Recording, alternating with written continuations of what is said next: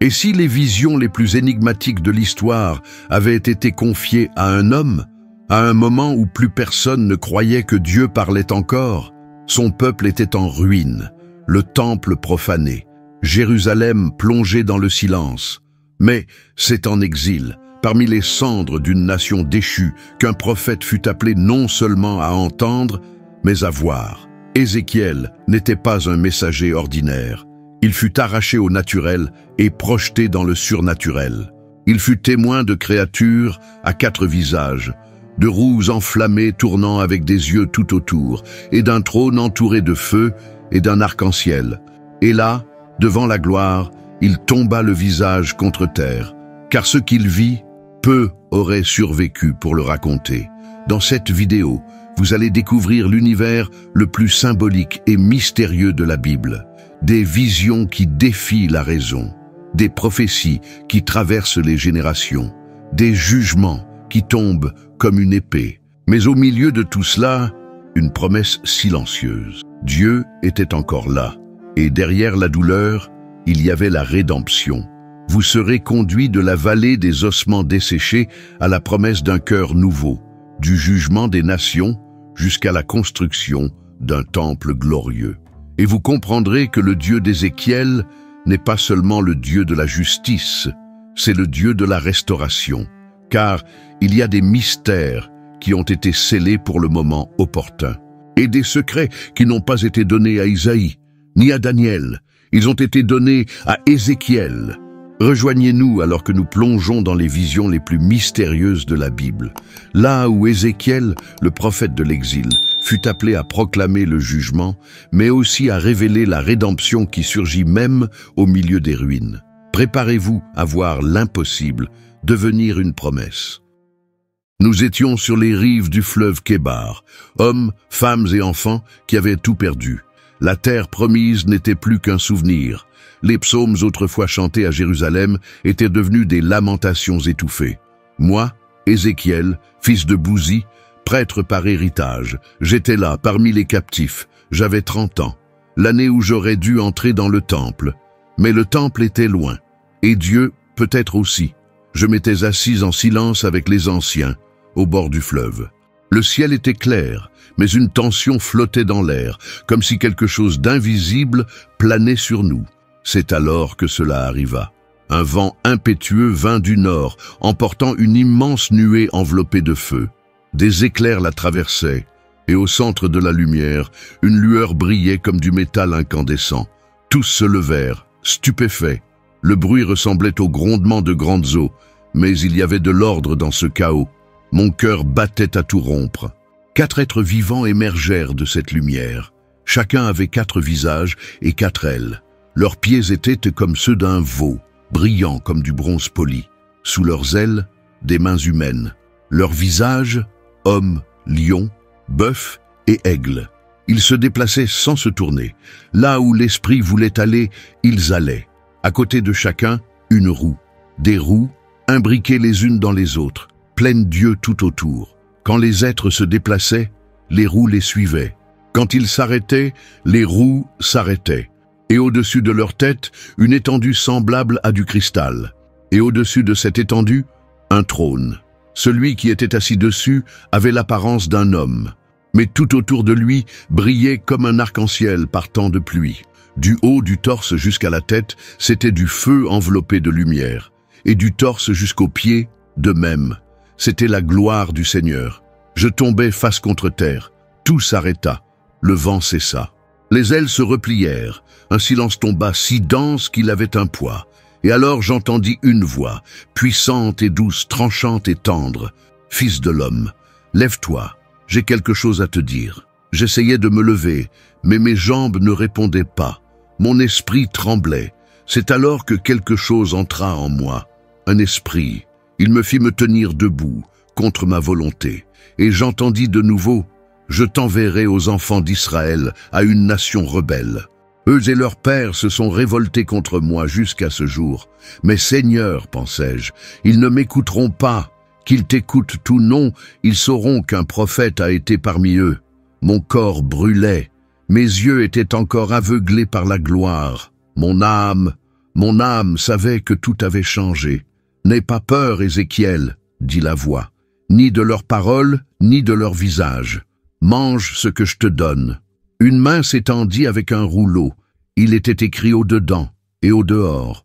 Lamentation, pleurs et malheur. Et je mangeais, le goût était doux comme du miel, mais il brûlait à l'intérieur comme le feu. Maintenant, va, dit-il, et prononce mes paroles. J'étais marqué. Il t'a parlé? Demanda Élias, la voix tremblante. Oui, et sa voix n'était pas un son ordinaire. Elle portait du poids et de la tendresse, du jugement et une promesse. Ézéchiel, que devons-nous faire maintenant? Attendre, obéir, annoncer. Même si personne ne veut écouter, même s'il se moque de moi, ces paroles sont comme un feu dans mes os. Et celui que tu as vu sur le trône, c'était un homme? C'était plus qu'un homme. C'était la gloire enveloppée de forme. Le jugement assis sur la miséricorde. C'était l'Éternel. Tu as été mis à part, dit mon père, posant sa main sur mon épaule avec respect. Que le Seigneur te soutienne. Le soleil commençait à se coucher sur le Kébar, teintant le ciel de rouge, comme si le firmament brûlait encore de la présence divine. Les eaux reflétaient une quiétude sacrée. La nuée était partie, mais quelque chose en moi était resté allumé. Cette vision, ces créatures, les yeux qui voyaient tout, les roues qui bougeaient sans se mouvoir, le trône élevé au-dessus du cristal, la lumière qui brûlait sans détruire, la voix qui brisait toute logique humaine. Le ciel avait touché la terre. Et j'en étais témoin. Je ne serai plus jamais le même. Je ne dormirai plus jamais d'un sommeil ordinaire. Je ne parlerai plus jamais en mon propre nom, car l'Éternel m'avait visité. Et maintenant, je savais. J'étais le porte-voix d'une gloire que le monde refusait d'entendre. Quel genre d'esprit était-ce? Murmura l'un des anciens. Je n'ai jamais rien vu de tel. Moi non plus, répondis-je. Mais il était vie et crainte à la fois. Le peuple commença à murmurer. Certains pleuraient, d'autres fixaient le ciel vide, comme s'ils attendaient que le trône revienne. Le silence sacré planait encore sur nous, comme un voile invisible. Que signifient les 4 visages? Demanda Élias encore essoufflé. Peut-être que le Seigneur voit tout, sous tous les angles, l'homme, la force du bœuf, la majesté du lion, la vision de l'aigle, tout réuni dans la sainteté. Et les roues? Je n'ai jamais entendu parler de telles choses. Même les rouleaux sacrés n'en parlent pas. Mais elles étaient pleines d'yeux. Peut-être l'Éternel voit bien plus que ce que nous pouvons cacher. Cela change tout, Ézéchiel. Oui, car maintenant nous savons, même en exil, il est avec nous. Nous restâmes là des heures durant. Le fleuve poursuivait son cours, indifférent à la gloire qu'il venait d'abriter. Mais nous avions été marqués. Et lorsque le ciel touche la terre, rien ne reste comme avant. Je savais qu'à partir de ce jour, ma voix ne m'appartenait plus, et mes paroles seraient comme une épée à double tranchant, ouvrant des chemins ou perçant les consciences. Je parlerais en son nom, et même si tous détournaient le regard, même s'ils se moquaient de moi ou me traitaient de fou, même s'ils me laissaient seul au bord du fleuve, je parlerais, car le ciel était descendu, le trône s'était tenu au-dessus de nous, et sa gloire m'avait enveloppé. Tandis que le peuple se dispersait, je restais seul. La vision brûlait dans mes os. Mon cœur battait au rythme divin. La présence de Dieu avait traversé les cieux jusqu'à la boue de l'exil. J'avais été choisi comme témoin. Plus rien ne m'appartenait. Tout était désormais à lui. Mais aucun langage humain n'était capable de traduire ce que j'avais vu. Le bruit des roues célestes résonnait encore dans mes os. La poussière autour du Kébar n'avait pas changé, mais en moi tout était nouveau. Et en même temps, terriblement ancien. « Fils de l'homme !» La voix m'appela à nouveau. « Tiens-toi debout, j'ai quelque chose à te dire. » Il n'y avait aucun doute. Ce n'était pas une suggestion, mais une convocation. Cette voix ne demandait pas la permission. Elle ordonnait, et en même temps, elle soutenait. Mes genoux vacillaient encore, mais un esprit me releva. « Voici que je t'envoie vers les fils d'Israël, » dit le Seigneur. Nation à la nuque raide, au cœur rebelle, ils m'ont abandonné, et maintenant ils t'écouteront. Ils ne m'écouteront pas, murmurai-je presque sans voix. Peut-être pas, répondit-il, comme s'il savait déjà. Mais ils sauront qu'un prophète a été parmi eux. Un silence intérieur s'empara de moi. La douleur d'être porteur d'une vérité que personne ne veut entendre brûlait plus encore que l'exil lui-même. Ne crains ni leurs paroles, ni leurs regards. Assieds-toi et écoute ce que j'ai à te dire. Devant moi, une main s'étendit avec un rouleau. Il était différent de tout parchemin que j'avais vu. Il brillait de sa propre lumière. Et même avant de le lire, je savais, il contenait jugement, lamentation et espérance, tout à la fois. « Mange ce rouleau », ordonna la voix. « Remplis ton ventre de lui. Pas seulement tes oreilles, mais ton corps. Pas seulement ton esprit, mais ton âme. » Je pris le rouleau avec des mains tremblantes. Le porter à mes lèvres fut un acte d'obéissance aveugle. Je ne savais pas à quoi m'attendre. Le premier goût fut doux, du miel coulant dans la bouche de l'âme. Mais à mesure qu'il descendait, il devenait amer. C'était comme ressentir la douleur d'une génération entière condensée en mots. C'était l'éternité frottant la chair. « C'est doux, n'est-ce pas ?» dit la voix. « Oui, mais ça fait mal, » répondis-je. Ainsi est mon appel. En moi, les paroles du rouleau commencèrent à se mouvoir. Elles touchaient de mes entrailles, ravivaient des souvenirs, rouvraient des blessures et en guérissaient d'autres. Maintenant, fils de l'homme, va, parle-leur, qu'ils écoutent ou non, cela ne te regarde pas. Ta mission, c'est d'obéir, rien d'autre. Et s'ils se moquent de moi, qu'ils se moquent. Je t'ai rendu aussi solide que le roc. Je te donnerai un front dur contre un front dur. Ma parole sera ton épée. Mes yeux s'ouvrirent. Le ciel était toujours là. Le fleuve poursuivait son cours. Le peuple portait encore ses fardeaux. Mais moi, je portais un fardeau nouveau, invisible aux yeux humains, mais accablant pour l'âme. « Ézéchiel, » murmura Élias à mon côté. « Es-tu bien ?»« Je ne sais pas, » répondis-je. « Quelque chose a été écrit en moi et je ne peux l'effacer. J'ai vu tes lèvres bouger, mais tu ne parlais pas avec nous. Je parlais avec lui, ou peut-être c'est lui qui me parlait. Alors qu'il te donne la force, ce qui vient ne sera pas léger. Non, mais ce sera éternel. » La nuit tomba tôt ce jour-là. L'obscurité semblait plus épaisse, comme si les cieux étaient encore alourdis par la gloire qu'ils avaient déversée. « As-tu entendu de nouveau la voix ?» demanda un des anciens. « Oui, et elle m'a appelé « Fils de l'homme ». Quel nom étrange. C'est comme s'il disait « Souviens-toi de ta condition. Tu es poussière, mais même la poussière peut porter la parole. » Et qu'y avait-il dans le rouleau? Des lamentations, des pleurs, des malheurs, mais aussi des promesses. J'y ai vu la main tendue, même au milieu du châtiment. « Que dois-je faire, Seigneur? Va, lève-toi, sois sentinelle pour Israël. Et s'ils se moquent, s'ils m'emprisonnent, s'ils veulent me réduire au silence, ma voix sera plus forte que la leur. Mon esprit sera avec toi. Je serai ta voix, même si cela fait mal. Et cela fera mal. Mais à la fin, tu verras ce que les yeux humains n'ont jamais vu. Je suis retourné à l'endroit où j'avais vu les créatures célestes. Il ne restait aucune trace de roue, ni d'éclair, mais quelque chose dans le sol semblait consacré. Je suis prêt. Le ciel répondit par le silence, mais un silence plein de présence. Je suis revenu à la tente et me suis allongé sans sommeil. Chaque fois que je fermais les yeux, je voyais les yeux des créatures. Leur visage n'était ni de fureur ni de tendresse, mais d'éternité, le genre de regard qui voit au-delà du temps. Je me suis levé. Le vent soufflait sur les eaux du Kébar, un vent différent. Il semblait murmurer des révélations entre les vagues. « Seigneur, que veux-tu de moi maintenant? Que tu vois, que tu apprennes à regarder avec mes yeux. » Un garçon jouait avec des pierres. Son visage portait l'innocence que l'exil n'avait pas pu lui voler. « Quel est ton nom? »« Nabal. »« Sais-tu qui est le Seigneur? » Maman dit qu'il habite dans le temple, mais le temple est resté loin. Il ne l'est pas, il est ici. Et il m'a dit ton nom avant même que je ne te voie. C'est vrai? C'est vrai. Chaque mot inscrit dans ce rouleau était comme un sceau sur mon âme. Alors que le peuple se levait, j'ai compris. Je ne portais pas seulement un message, j'étais le message. La mission était claire, mais le prix restait encore caché. Le troisième jour après la vision semblait plus silencieux que les autres. Ce n'était pas un silence ordinaire, mais un silence qui pesait jusque dans les os.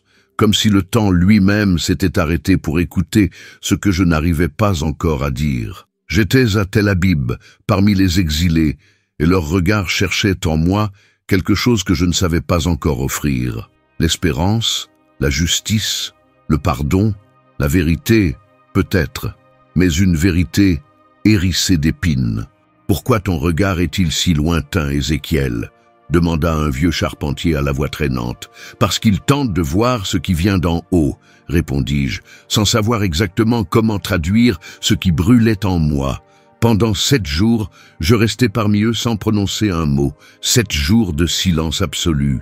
Je marchais entre les tentes, j'entendais les pleurs des veuves, je sentais l'odeur du pain cuit sur la cendre et j'observais les regards perdus des enfants qui n'avaient jamais connu Jérusalem. « Tu es prophète, mais tu ne parles pas », commenta une femme à la voix assurée. « Le Seigneur t'aurait-il réduit au silence ? Non, pensai-je, il m'a ordonné de ressentir. La douleur d'un peuple pèse plus lourd que 1000 paroles.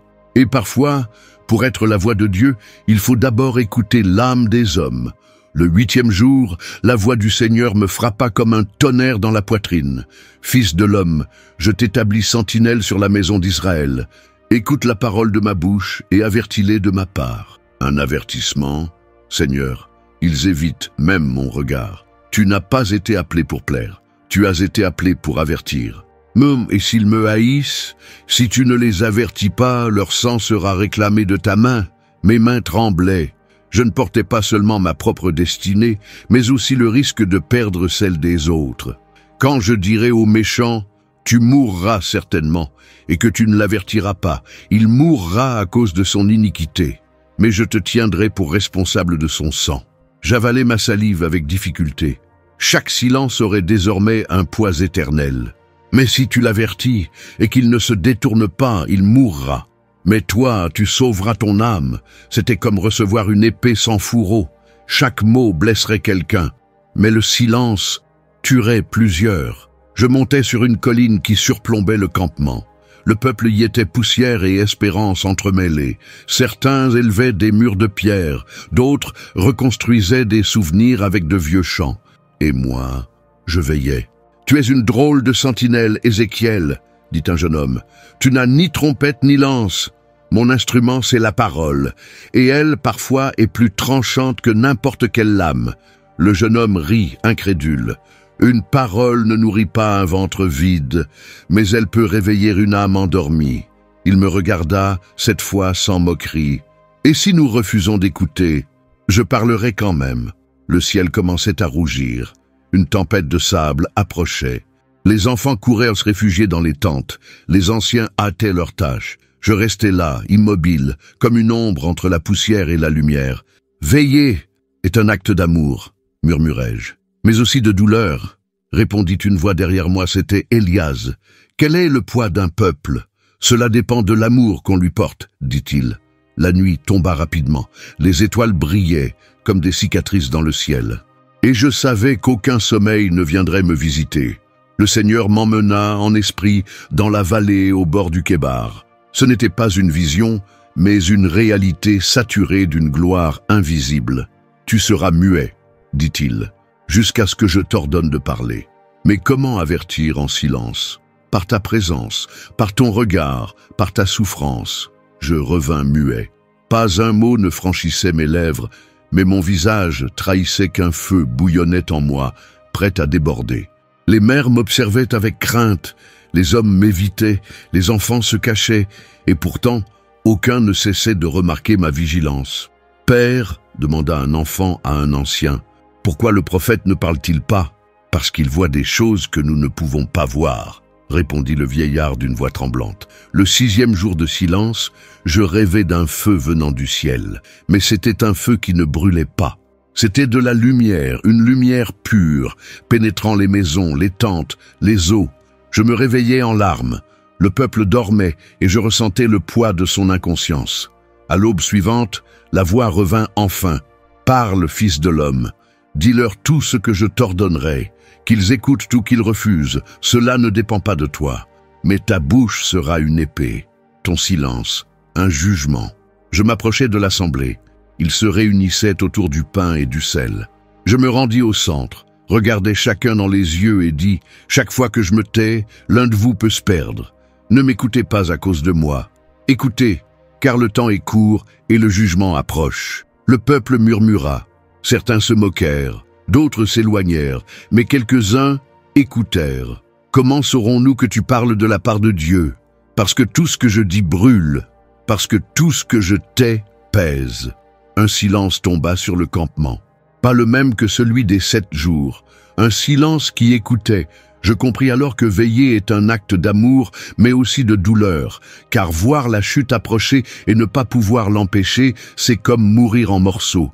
Et savoir qu'une âme peut se perdre à cause de mon omission, cela me déchirait de l'intérieur. Elias s'assit à mes côtés. « Désires-tu encore être prophète? Je ne l'ai jamais désiré, mais maintenant, je le suis. » L'aube avançait, et même si mon corps réclamait du repos, mes yeux refusaient de se fermer. J'avais été mis à part non pour la paix, mais pour être une trompette qui résonne quand plus personne ne veut entendre. Même dans la moquerie. La mission d'avertir, même avec des larmes, est un acte d'amour, et je l'accomplirai, avec douleur, avec foi. Je compris que chaque nuit serait un combat entre ce que je voyais et ce que le peuple refusait. Chaque aurore apporterait de nouveaux défis et une nouvelle chance de rédemption. Je ne veillais pas des murs, je veillais des cœurs, et cela demandait plus de courage que de brandir une épée. L'éternité observe chaque mot que nous choisissons de dire ou de taire, et si je me tais, qu'il les sauvera de leur propre destinée. Avant de continuer, nous vous demandons votre soutien. Abonnez-vous à la chaîne et laissez un like. Cela nous aide à continuer à partager des messages profonds comme celui d'Ézéchiel, un prophète qui a vu l'espérance là où tous voyaient la fin. Maintenant, poursuivons avec les révélations de la vallée, du temple et de la gloire de Dieu. Fils de l'homme, couche-toi sur le côté gauche et porte sur toi l'iniquité de la maison d'Israël. Cet ordre fendit le silence comme une lame. Il n'y eut ni explication ni consolation, juste la voix, distincte, absolue. Pour combien de jours, Seigneur? Susurrai-je, les yeux fixés sur la terre d'argile. 390 jours. Je bus mon haleine. Presque 1 an, immobile, sur un seul côté, et lorsque ce sera accompli, tu te tourneras vers le côté droit. 40 jours. Un parent de désobéissance. La prophétie deviendrait chair, la douleur, l'engage, mon propre corps, un autel de jugement. Je me levai et me rendis dans une pièce étroite. Le soleil filtrait par une ouverture au plafond. Je pris une brique. J'y dessinai le contour de Jérusalem, les murailles, les portes. Puis je l'entourai de petites pierres pour représenter les ennemis, tout comme il avait ordonné. Autour, le peuple observait en silence. Certains murmuraient que j'avais perdu la raison. Les enfants chuchotaient, des femmes me regardaient avec pitié. Les hommes secouaient la tête. « Ils dessinent des villes dans la boue », dit l'un. « Et s'allongent comme un mort », ajouta un autre. Mais je les ignorais. Je plaçais la brique, puis je me couchais. Le sol était froid et rugueux, mon épaule ne tarda pas à pulser. Mes jambes s'engourdissaient. Les heures s'égrenaient, et la douleur s'intensifiait comme des aiguilles dans les os. Le 2e jour, je pouvais à peine avaler. Le pain était fait d'orge, de lentilles et de fèves, cuit sur des excréments secs, symbole de l'impureté de l'exil. Chaque bouchée avait un goût amer et métallique. Seigneur, pourquoi sur des excréments humains? Osais-je demander les larmes aux yeux? Parce qu'ils mangeront ainsi le pain impur parmi les nations. Je ressentis le poids de chaque syllabe dans mon âme. La honte d'un peuple rebelle reposait désormais sur ma chair. Les jours s'étirèrent en semaines. La poussière s'accumulait sur moi. Le peuple offrait des présents. Certains me crachaient dessus, d'autres riaient, mais il y en avait qui s'arrêtaient et me regardaient, longuement, comme on regarde un abîme. Un matin, j'entendis des pas s'approcher. Un enfant s'arrêta à mes côtés. « Monsieur, vous êtes malade ?»« Non, petit, je parle, mais vous n'avez rien dit. On ne parle pas toujours avec des mots. » Il me regarda, perplexe, puis repartit en courant. Au moindre mouvement, mon corps hurlait.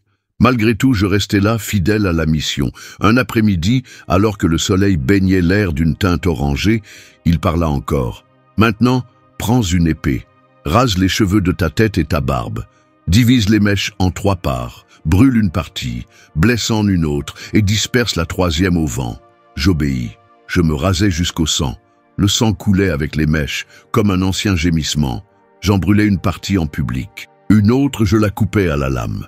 La dernière, je la lançais au vent, et les cheveux voltigèrent comme des feuilles mortes sur la terre. Et prends une poignée, fils de l'homme, garde-la dans tes vêtements, car du reste, j'en préserverai quelques-unes. C'était comme un souffle d'espérance. Au milieu du désastre, il préserverait encore les siens. Les jours suivants me semblèrent éternels. Le temps avait perdu son nom. L'odeur de cendre imprégnait tout. Les blessures à l'épaule s'infectaient. Et la brique de Jérusalem commençait à se fendre. Mais je savais, c'était le reflet de la cité. Le matin suivant, je me réveillais la gorge sèche et le visage couvert de poussière. Le pain était froid, l'eau rationnée et la douleur constante. Je me levais lentement, mon corps protestait, mes jambes tremblaient, mais l'ordre me poussait. Je me rendis au centre du camp, portant la brique marquée, les cendres des cheveux et le rasoir. Le peuple se rassembla sans que je prononce un mot.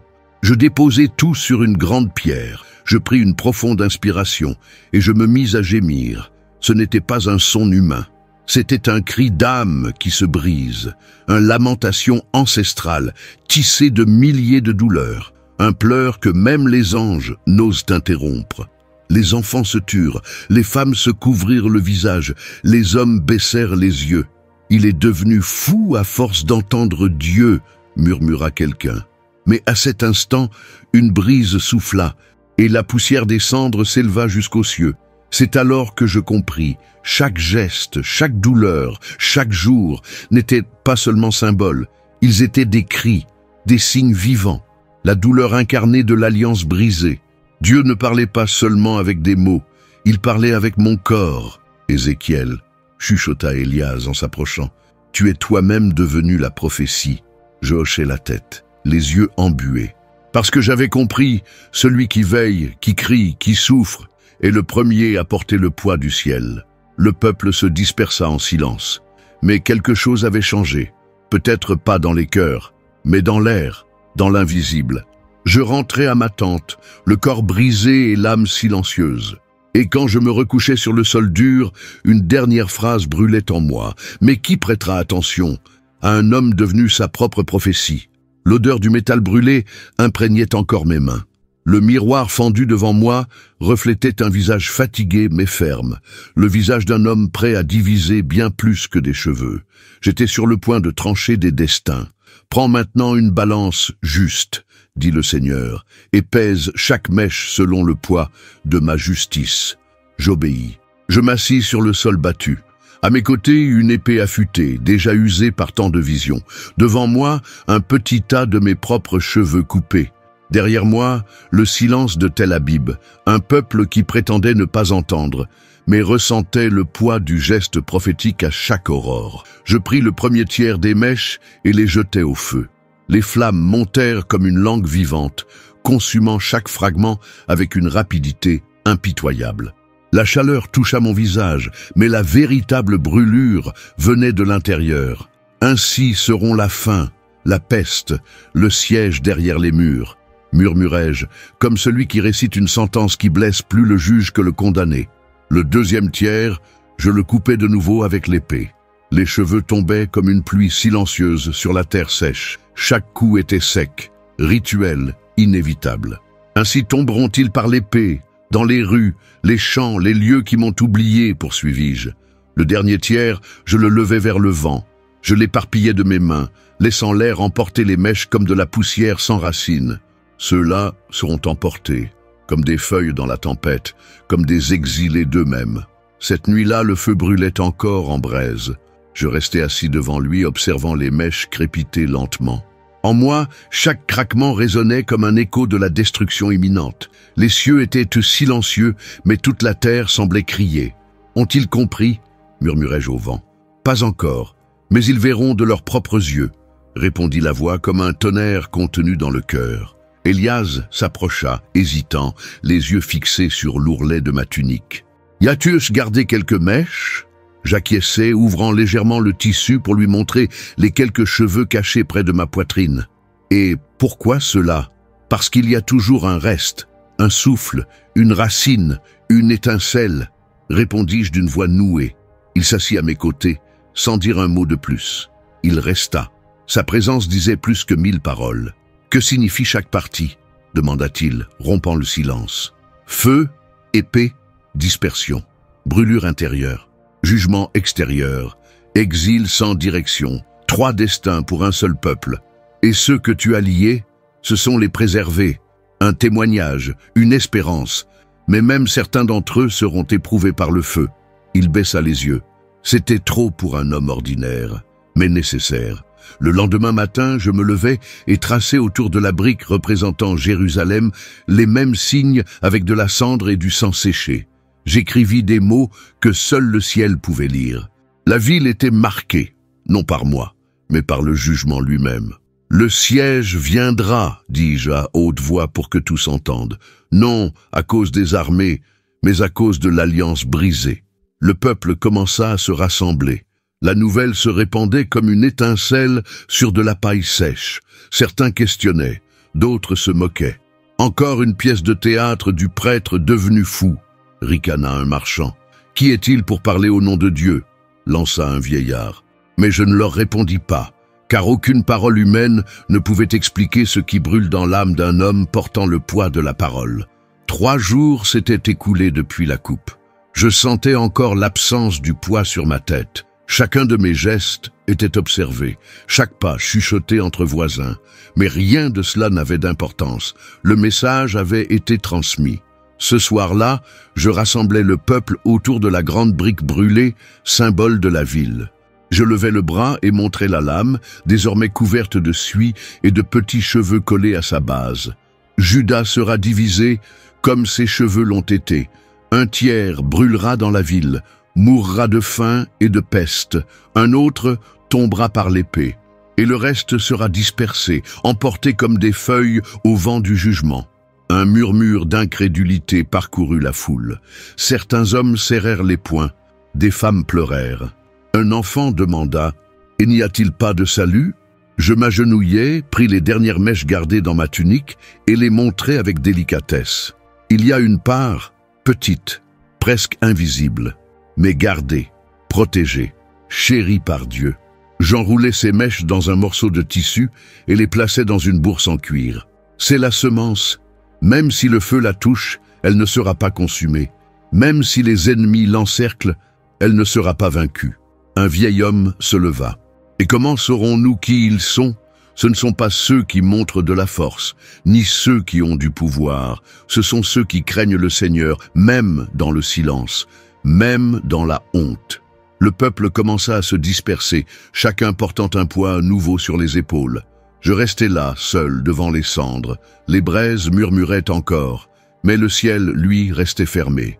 Cette nuit-là, alors que tous dormaient, je retournai à l'endroit où le feu avait consumé la première portion. Les braises s'étaient éteintes, mais l'odeur persistait dans l'air. Je m'assis en silence, n'écoutant que le chant des cigales et le froissement du vent entre les tentes. Seigneur, jusqu'à quand la douleur sera-t-elle le seul langage qu'ils comprennent? Jusqu'à ce qu'ils voient que mon silence est aussi un jugement, répondit la voix avec une tendresse ferme. Je fermai les yeux. Je vis Jérusalem en flammes. Je vis des enfants courir dans des rues détruites. Je vis des mères crier après des fils qui ne reviendraient jamais. Je vis des prêtres tenter de cacher ce qui ne pouvait plus l'être. Mais je vis aussi, au-delà des cendres, un olivier solitaire, toujours debout. Une source secrète, cachée entre les pierres. Cette portion, murmurai-je, sera-t-elle suffisante? Pour moi, un seul cheveu suffit. D'un souffle, je fais renaître l'espérance. Je pleurais. Non de désespoir, mais de révérence. La lame, le feu, le vent, la perte, tout convergeait vers une vérité plus grande. Dieu ne faisait pas que juger, il préparait un nouveau commencement. Avant de m'allonger, je regardais à nouveau le tissu où étaient gardées les quelques mèches. Je les caressais avec révérence, comme si je touchais l'avenir. Ils ne le savaient pas, mais Dieu avait déjà choisi ceux qui resteraient. Et en eux, tout le ciel plaçait sa promesse. Et malgré tout, il restait une infime portion, protégée par Dieu. Tout commença par un trou dans le mur, petit, imperceptible, comme un secret mal gardé. Mais quand je m'en approchai, le Seigneur me dit « Fils de l'homme, creuse ce mur. Il y a plus que tes yeux ne peuvent voir. » Avec mes mains nues, je me mis à ouvrir un passage. La poussière envahit mes narines, mais quelque chose me disait que ce qui se trouvait derrière ce mur était plus toxique que n'importe quelle terre. En découvrant l'ouverture apparut une porte sombre, faite de vieux bois qui semblait palpiter d'une vie propre. « Entre et vois les abominations qu'ils commettent en secret », ordonna la voix. Je fis un pas hésitant, puis un autre. L'obscurité m'enveloppa comme un lourd manteau.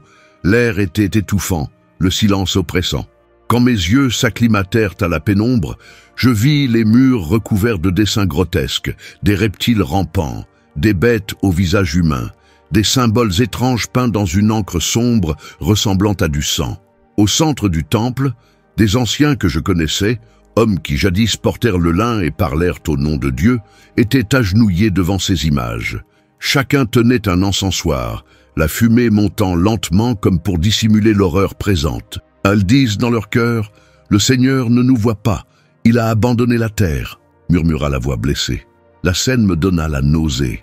Moi qui avais enduré l'exil, le silence, le mépris, j'étais maintenant écrasé par la douleur de voir le temple du Très-Haut transformé en refuge de ténèbres. Je m'approchai d'un des anciens. C'était Jéhazanaya, fils de Saphan, homme à la parole douce et au regard assuré. Maintenant, il murmurait des chants pour un dieu à tête de chacal. Ses yeux étaient vitreux, comme si son âme avait été arrachée depuis longtemps. Il se prosterne devant le vide, dit le Seigneur, mais le font avec un cœur rempli d'eux-mêmes. Je levai les yeux. Au-dessus de la tête des prêtres, la voûte du temple semblait suinter. Ce n'était pas de l'eau, c'était quelque chose de plus profond, de la culpabilité peut-être. Le péché en forme liquide, coulant des murs et tachant les marches de l'autel. Puis, je vis une petite porte au fond, entr'ouverte. Je m'en approchai, mais le Seigneur me retint. Il y a encore plus. Et le pire n'est pas hors du temple, mais à l'intérieur. Je touchai la poignée, main tremblante, et poussai. Ce que j'y vis paralysa mon âme. Des femmes pleuraient, mais non par repentir. Leurs larmes étaient pour Tammuz, un dieu mort qui n'a jamais entendu aucune prière. Elles se frappèrent la poitrine, déchiraient leurs vêtements, comme si elles pouvaient émouvoir le ciel avec un vide dramatique. « Vois-tu cela, fils de l'homme » dit le Seigneur. « Tu verras des choses encore plus abominables. » Je continuai. Une autre salle, plus profonde encore.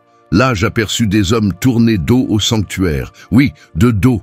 Ils adoraient le soleil levant, comme si l'astre avait remplacé la gloire du Très-Haut. Ils m'ont tourné le dos et ont tourné leur visage vers l'Orient, déclara la voix, lourde de tristesse. « Comment supportes-tu cela, Seigneur » demandai-je, la gorge serrée.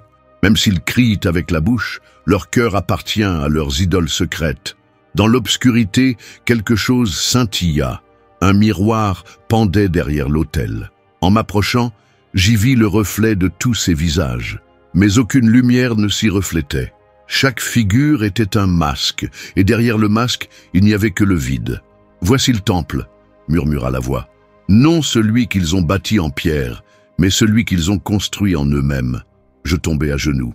Les images dansaient encore devant mes yeux, un théâtre d'ombre. Et le pire, tout cela se passait les portes du temple fermées, loin des yeux des hommes, mais non loin de ceux du Seigneur. « Il croit me cacher quelque chose » continua la voix. « Mais je vois même les ténèbres les plus intimes. » Je fermai les yeux, tentant de contenir le poids de ce que j'avais vu.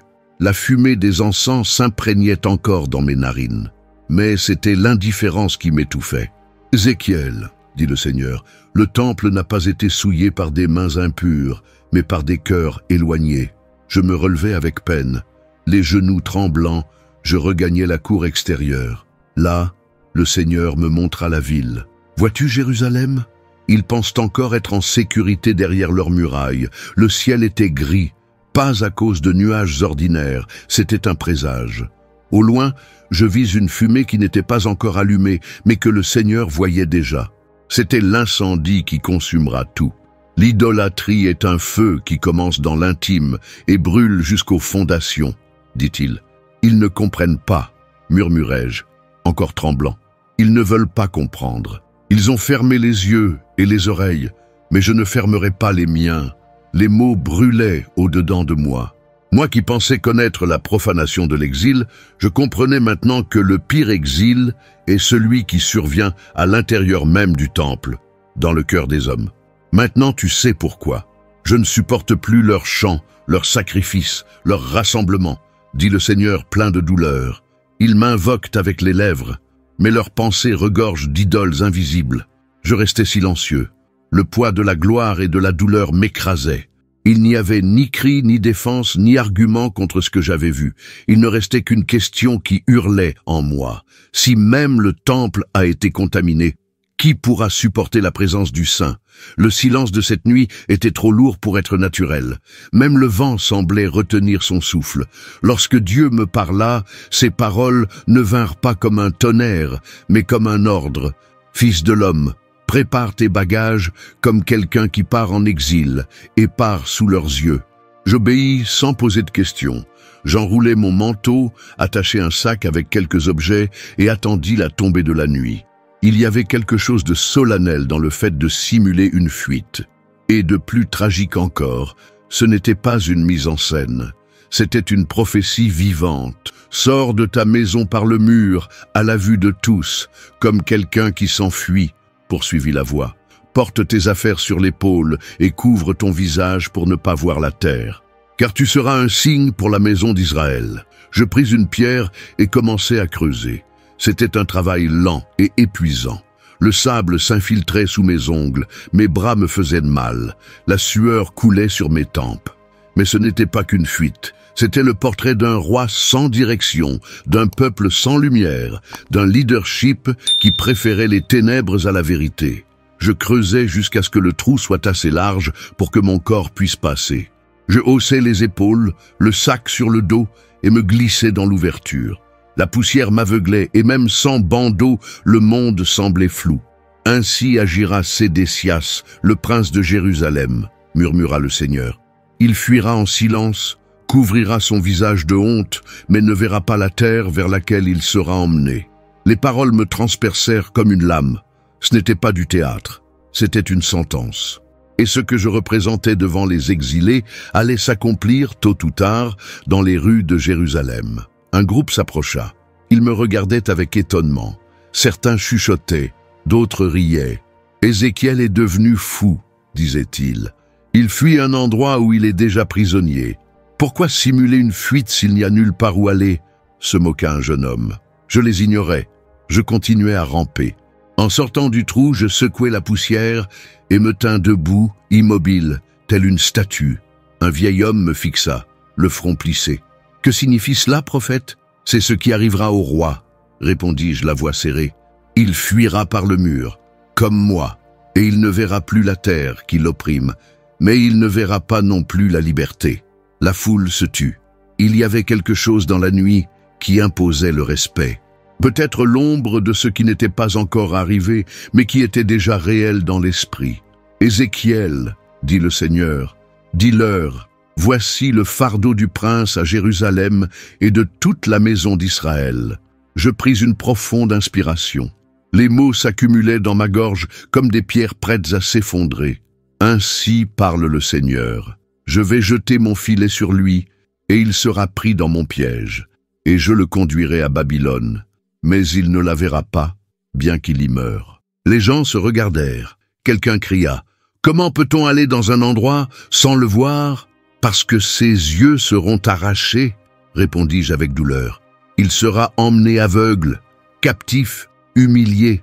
Les femmes se couvrirent le visage. Les hommes mordirent leurs lèvres. La prophétie blessait, mais c'était une blessure de vérité. Une blessure qui avertit avant la mort. La lumière des torches vacillait avec le vent, projetant des ombres sur les murs. Et je continuais. Ses soldats seront dispersés, son peuple sera livré à l'épée, et ceux qui resteront mangeront leur pain dans la stupeur et boiront leur eau dans le désespoir. Quelqu'un tenta de m'interrompre, mais la voix du Seigneur retentit plus fort en moi. Voici le jugement. Ce n'est plus le temps de l'avertissement, c'est le temps de l'accomplissement. Je sentis mes jambes faiblir. Je tombais à genoux sur le sable brûlant. Mes mains fourmillaient. Mes yeux étaient ouverts. Mais les larmes m'aveuglaient. Je vis dans mon esprit l'image d'un roi trébuchant dans la nuit, essayant de fuir un destin qu'il avait lui-même tracé. Il a rejeté l'alliance, dit le Seigneur. Il a juré en mon nom et a brisé le pacte. Le sol sous mes pieds semblait trembler. C'était le poids de l'alliance rompue. C'était la réponse du ciel à la trahison des hommes. « Enfants de l'exil !» criai-je. « Le temps de l'illusion est terminé. Jérusalem ne sera pas épargnée. Les murs tomberont, les princes seront emmenés, et les yeux qui aujourd'hui méprisent les prophéties chercheront demain la moindre parole. » Un vieillard s'approcha. Il toucha ma tunique et murmura « Mais ne peut-il y avoir d'espérance ?» Je le regardais. Ses yeux étaient mouillés, et sa question était sincère. J'aurais voulu répondre avec consolation, mais le ciel pesait encore. L'espérance existe, mais elle ne viendra pas comme vous l'attendez. D'abord viendra l'effondrement, ensuite le silence, et seulement alors la nouvelle parole. La foule se dispersa lentement.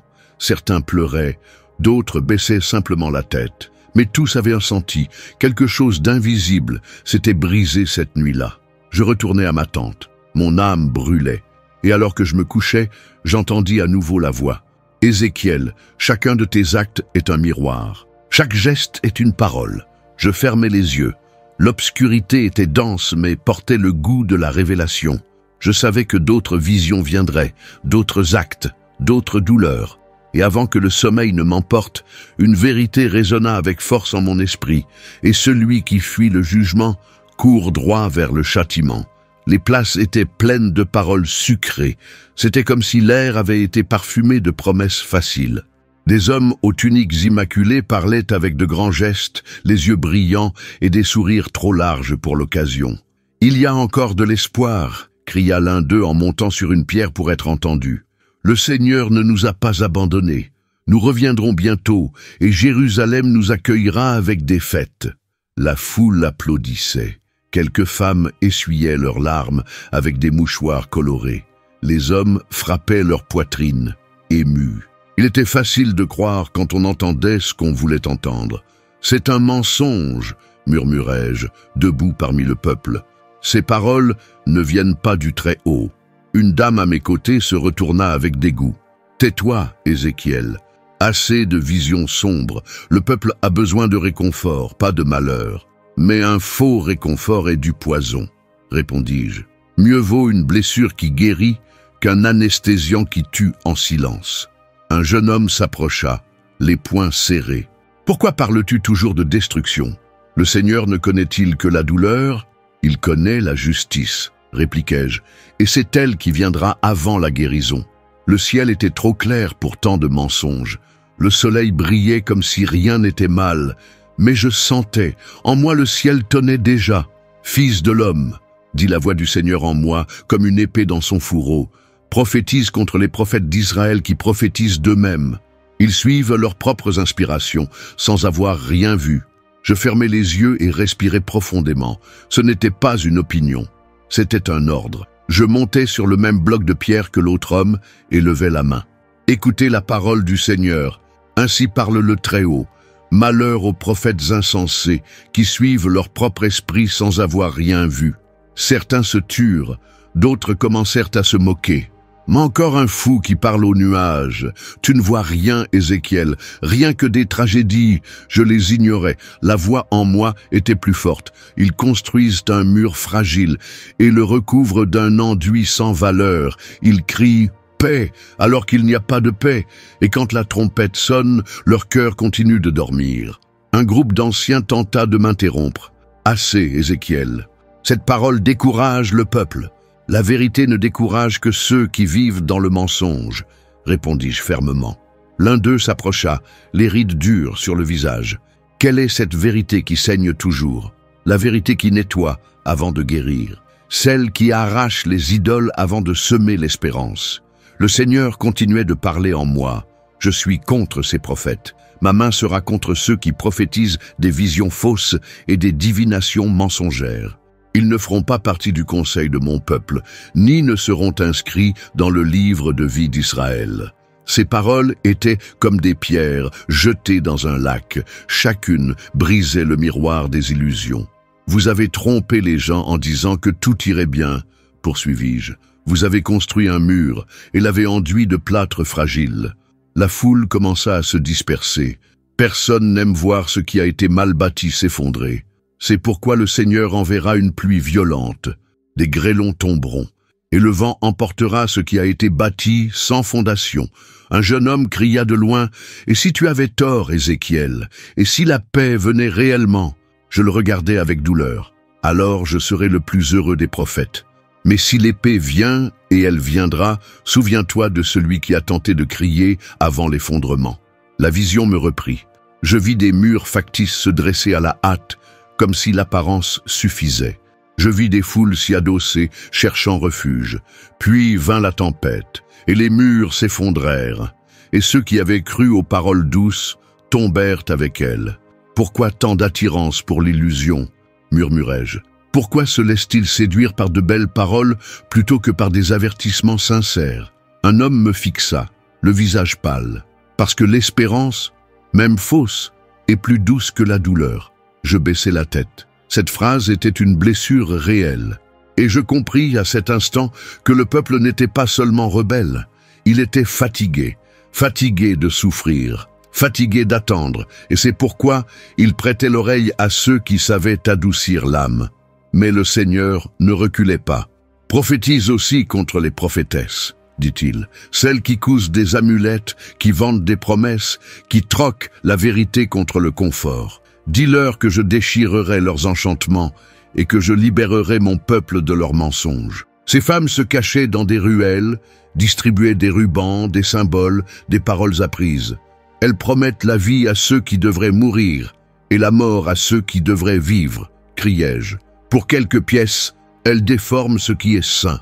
Des jeunes m'encerclèrent en protestant. « Et qui nous donnera de l'espérance si tu nous ôtes tout ?»« Je ne vous enlève rien, » répondis-je. « Je vous montre seulement sur quoi vous vous appuyez. Et je vous avertis, cela ne vous soutiendra pas. » Le peuple commença à murmurer plus fort. Certains me tournèrent le dos, d'autres m'appelèrent hérétique, traître, insensible. Mais une vieille dame s'approcha, les yeux profonds. « Et que devons-nous faire alors ?» Je pris ses mains. « Écoutez, attendre. Et quand la vérité fera mal, l'embrasser. Car la douleur de la vérité dure moins longtemps que le châtiment du mensonge. » Elle acquiesça en silence. Cette nuit-là, le ciel était lourd. Il n'y eut ni tonnerre ni éclair. Mais je sentis que quelque chose s'était rompu entre les mondes. Les murs factices étaient condamnés, et les prophètes du mensonge, marqués. Je restais debout au milieu de la place. Le vent m'enveloppait, et la voix du Seigneur brûlait encore dans ma poitrine. Le mensonge était confortable, mais la vérité, c'était elle qui sauverait. Et si tous préfèrent le mensonge, que deviendra la vérité? Ézéchiel, fils de l'homme, lève-toi, car aujourd'hui la parole sera plus amère que le pain sec que tu as mangé hier. Je me levai, les mains encore couvertes de poussière. Le silence de l'aube semblait respecter ce qui allait venir. Je savais que ce ne serait pas un message ordinaire. Le poids était déjà dans l'air. Parle de Jérusalem. Raconte comment tout a commencé. Je fermai les yeux et les images arrivèrent comme des flèches dans l'obscurité. Je me souvins de la façon dont le Seigneur l'avait recueillie quand personne ne la voulait. Elle avait été enfant abandonnée, jetée dans un champ le jour de sa naissance, couverte de sang, sans personne pour l'accueillir. « Je suis passé près de toi, » murmura le Seigneur en moi, « et je t'ai vu donner des coups de pied dans ton propre sang. Alors j'ai dit, « Vis, et tu as grandi, tu es devenue belle. » Je bus ma salive. Ce souvenir n'était pas le mien, il était le sien, mais je le sentais comme le mien. Je t'ai revêtu de lin fin, j'ai mis des bracelets à tes poignets et une couronne sur ta tête. Ta renommée s'est répandue parmi les nations à cause de ma gloire sur toi. Et alors, demandai-je d'une voix tremblante, tu m'as oublié, répondit Dieu. Tu es devenue prostituée. Tu as utilisé les dons que je t'ai donnés pour te livrer aux étrangers. Tu as érigé des autels sur les collines. Tu as sacrifié même les enfants que je t'avais donnés. Ma poitrine se serra. La douleur n'était pas seulement saine, elle était aussi mienne. Jérusalem, l'épouse s'est couchée avec des rois païens, elle s'est couverte d'or, mais a ôté le voile. Elle a troqué l'alliance contre un plaisir passager. Elle a déchiré le pacte de ses propres mains. Je me dirigeais vers les rives du fleuve Kébar. L'eau reflétait la lune, mais semblait teintée de sang. Ézéchiel raconte cela au peuple, dit le Seigneur, sans cacher les détails. Ils doivent voir leur nudité. Ils ne m'écouteront pas, murmurai-je. Parle quand même. Je me rendis sur la place. Il n'y avait que peu de personnes, quelques anciens, quelques jeunes épuisés par la nuit. « Écoutez, ô maison d'Israël !» criai-je. « Le Seigneur se souvient de tout, du jour où il vous trouva, alors qu'il n'y avait ni beauté, ni nom, ni force. Il vous a lavé, il vous a aimé. Il a établi une alliance éternelle. » Un homme aux cheveux gris m'interrompit. « Mais s'il nous a tant aimés, pourquoi nous blesse-t-il maintenant ?»« Parce que l'amour blessé exige justice, » répondis-je. « Et parce qu'avant la guérison, il faut exposer l'infection. » Je poursuivis sans pitié. « Vous vous êtes prostitués avec les nations. Vous avez donné vos fils aux flammes de Moloch. Vous vous êtes parés d'or, mais avez oublié l'époux. Vous avez préféré des amants passagers à un pacte éternel. » Une femme couvrit son visage, sanglotant. « Mais n'y a-t-il pas de pardon ?» Je fermai les yeux. Et la voix du Seigneur vint, comme un vent doux dans le désert. « Malgré tout, je me souviendrai de l'alliance que j'ai conclue avec toi dans les jours de ta jeunesse, et j'établirai avec toi une alliance éternelle. » Ma poitrine s'ouvrit. La justice ne supprimait pas la miséricorde, elle la précédait. « Il te dépouillera, oui, mais non pas pour t'humilier, mais pour te vêtir à nouveau de vêtements propres. » Le peuple était silencieux maintenant. Même les oiseaux semblaient avoir déserté la place. Jérusalem est comme une épouse qui a oublié l'amour de sa jeunesse, qui a échangé des promesses contre des baisers vendus. Mais l'époux la regarde encore. Un jeune homme, à genoux, murmura. « Alors y a-t-il encore de l'espérance ? Pour ceux qui s'humilient, oui, répondis-je. Mais pour ceux qui s'endurcissent, il ne reste que le jugement. » Je vis alors en vision la ville entourée de murailles dorées mais fissurées. À chaque coin, des images profanes. Des enfants jouaient devant des idoles. Des prêtres dormaient, yeux grands ouverts. Des prophètes vendaient des bénédictions pour quelques pièces. Et au centre du temple, le saint se tenait debout, mais invisible pour tous. « Seigneur, que lui adviendra-t-il ? Je montrerai ce que l'amour trahi peut faire, mais aussi ce que l'amour éternel peut restaurer. » Je me tournai vers le peuple. « Il ne vous a pas abandonné, mais le temps est court. Chaque alliance déchirée est un souffle qui se perd. Chaque mensonge caché est un mur qui se fissure. » La femme qui pleurait parfois murmura avec plus de force, « Et si j'ai été comme Jérusalem ? Alors déchire ton cœur, pas tes vêtements. Tourne-toi vers ton Dieu. Il t'attend encore. » L'homme aux cheveux gris soupira. « Y a-t-il encore un chemin de retour ?» Je le regardais avec fermeté. C'est la question que chaque âme devra répondre, car le lien a été brisé, mais le fil n'est pas totalement rompu. Les nuages couvrirent la lune, et le vent souffla comme un ancien souvenir. « Fils de l'homme, murmura Dieu, écris ces paroles avec des larmes, non de l'encre, car chaque lettre est le portrait d'une douleur qui pulse encore. » J'acquiesçai, les yeux humides. « Jérusalem, la ville qui s'est couchée avec le monde, mais qui porte encore à son doigt l'anneau du pacte. » La foule se dispersa lentement, sans cris ni applaudissements. Juste un silence. C'était comme si chacun portait une blessure cachée, exposée par la parole. Je restais seul sous le ciel qui m'observait. Y a-t-il encore un retour pour celui qui a brisé l'alliance? Vois-tu cette vigne desséchée, fils de l'homme? Crois-tu encore qu'elle serve à quelque chose? La question tomba comme un éclair. J'étais silencieux lorsque la voix du Seigneur m'enleva en esprit. Devant moi, une plante sèche, tordue, sans feuilles ni fruits, un tronc fendu, des branches creuses. Pourtant, elle était là, ancrée dans la terre, comme si elle attendait son jugement. « A-t-elle déjà eu la vie ?» osai-je demander. « Oui, » répondit le Seigneur, « elle était belle, vigoureuse.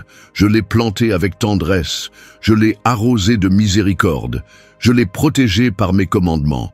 C'était Israël, ma vigne choisie. » Un vent souffla, et des feuilles mortes tombèrent des branches, tels des souvenirs d'un temps révolu. Les racines étaient à nu, comme si même la terre ne voulait plus d'elle. Mais elle a rejeté les soins, elle a aimé l'abandon, elle a poussé de travers, et non vers moi. Le ciel était couvert. Une tristesse invisible planait sur le champ. Je restais immobile, contemplant ce symbole du peuple. Ce n'était pas juste une plante morte, c'était une histoire ruinée, une alliance brisée.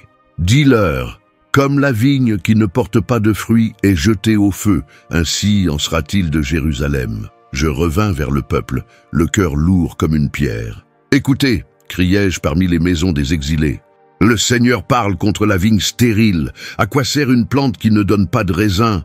Même son bois est inutile, elle ne sert qu'au feu. » Un vieil homme secoua la tête. « Nous sommes encore vivants. N'est-ce pas suffisant? »« Non, » répondis-je. « Vivre sans but, c'est mourir debout. Le Seigneur vous a planté pour porter du fruit. Mais vous avez choisi de pousser sans racines. » Une femme cria. « On nous a arrachés de notre terre. Comment porter du fruit en pays étrangers? Joseph a porté du fruit en Égypte. Daniel a brillé à Babylone. Ce n'est pas le sol qui empêche le fruit, mais le cœur qui le refuse. » Mes paroles tranchèrent. Certains s'éloignèrent, d'autres baissèrent les yeux. Jérusalem a été entourée d'amour, mais elle a choisi l'éloignement. Elle a préféré les idoles à l'intimité. Maintenant, le vigneron s'approche, la hache à la main. Je retournai au champ. La vigne était toujours là, la même sécheresse, le même silence. Je m'assis à côté d'elle. Je ressentis la douleur du vigneron, celui qui soigne, puis doit couper. « Seigneur, n'y a-t-il pas d'espérance? » Il y en a, mais pas pour les branches qui se moquent. Pour ceux qui se repentent, la vie est encore possible. La vision changea. Je vis le temple, le peuple en fête, puis un feu jaillit. Les feuilles brûlaient, les branches crépitaient. Le parfum de sainteté fut remplacé par l'odeur du bois calciné. « Telle est la destinée de ceux qui méprisent les soins, » dit le Seigneur. « La vigne qui refuse son but devient cendre. » Je revins en agonie. Mes pieds touchaient à peine le sol. J'entrai au milieu du peuple et je criais « Le feu arrive, non pour purifier mais pour consumer, car vous avez méprisé les avertissements, vous avez bouché vos oreilles, fermé vos yeux, raillé les prophètes, et maintenant vous vous moquez de la vigne elle-même. » Un jeune homme se leva. « Mais s'il y a repentance, le vigneron ne coupe pas la branche qui pleure, mais n'attendez pas que le feu vous touche pour crier. » Une femme tomba à genoux. « Nous sommes devenus stériles, comment revenir ? » En reconnaissant que la sève ne venait jamais de vous, que le fruit lui appartenait, que le soin n'était pas une prison, mais une protection. La vision s'intensifia. Je vis 3 types de branches. L'une brûlait vite, une autre résistait au feu, et une, encore verte, cachée sous les cendres. Seigneur, que signifie cela? Ceux qui sont morts dans la rébellion, ceux qui font semblant de vivre, et ceux qui, en silence, me cherchent encore. Les larmes vinrent. Pas les miennes, les siennes. La vigne avait été choisie, c'est moi qui l'ai façonnée, mais elle a refusé d'être mienne. Le peuple m'écouta, certains avec colère, d'autres avec crainte. « Pourquoi ne nous abandonne-t-il pas ?» demanda un enfant. « Parce que la racine est encore vivante, mais ne vous y trompez pas. Le temps de la taille approche. » Je restais là, le cœur serré, la parole brûlait en moi comme une torche. Si vous étiez du bois ordinaire, le vigneron hésiterait, mais étant vigne, il attend des raisins. Un homme se moqua. « Et qui nous dit que ce feu viendra ?» Le silence d'aujourd'hui est le prélude du fracas de demain. La nuit tomba. Je retournai au champ. Le vent s'était arrêté. La vigne avait maintenant des braises sur le tronc. « Le feu a commencé, » dit le Seigneur. « Il n'y aura plus d'appel, seulement pour ceux qui s'agenouillent avant que tout brûle. » La miséricorde est encore l'ombre des repentants. Je m'assis, entouré de silence et de braise. Chaque crépitement du bois était un avertissement. Chaque cendre au sol, une histoire achevée. Mais alors, je vis, là, tout près de la racine, un rejeton, vert, petit, têtu, né entre cendres et charbon. Je le touchais, il était vivant. Seigneur, c'est ce qui reste, le reste fidèle. La preuve que je peux encore renouveler la vigne, si le peuple me désire. Je fermai les yeux. L'image du rejeton s'imprima dans mon âme. Et alors, j'entendis, et si des racines brûlées surgissait une dernière branche. Fils de l'homme, que vois-tu lorsque tu regardes à l'intérieur d'eux? La question du Seigneur résonna plus profondément que le tonnerre. Il ne s'agissait plus de villes ou de nations, mais de l'intérieur, du lieu sacré où nul n'entre, sauf Dieu. Je vois de la résistance, répondis-je avec tristesse, des cœurs devenus de pierre. Et sais-tu comment on transforme la pierre en chair? Je gardai le silence. Il est facile de prophétiser sur des nations lointaines, de dénoncer des idoles, de proclamer le jugement. Mais maintenant, la révélation m'entraînait dans l'âme humaine. Plus difficile que de renverser un roi, c'est de faire quelqu'un se rendre véritablement. Je ferai ce qu'aucun homme ne peut faire, dit le Seigneur, car même si tout est brûlé à l'extérieur, une pousse peut surgir de l'intérieur. Soudain, je fus enveloppé d'une vision. Je marchais parmi des hommes aux yeux ouverts, mais aveugles, leurs mains occupées par des routines, leurs bouches pleines de discours, mais leur poitrine vide. La place du cœur était remplie de pierres sombres, immobiles, froides. Voilà ce que le péché a construit, murmura le Seigneur. Un mur à la place de la vulnérabilité. Je passai ma main sur l'un d'eux. Son visage était marqué par l'amertume. Je tentais de le toucher, mais mes doigts tremblèrent. Il ne ressentait rien. « Est-ce qu'ils entendent encore ?» demandai-je. « Le son, oui, mais il ne pénètre pas. Il n'y a pas de chair pour vibrer. » La douleur serra ma poitrine. C'était comme voir une génération entière, vivante à l'extérieur et inerte à l'intérieur. « Seigneur, est-il possible de ressentir à nouveau ?»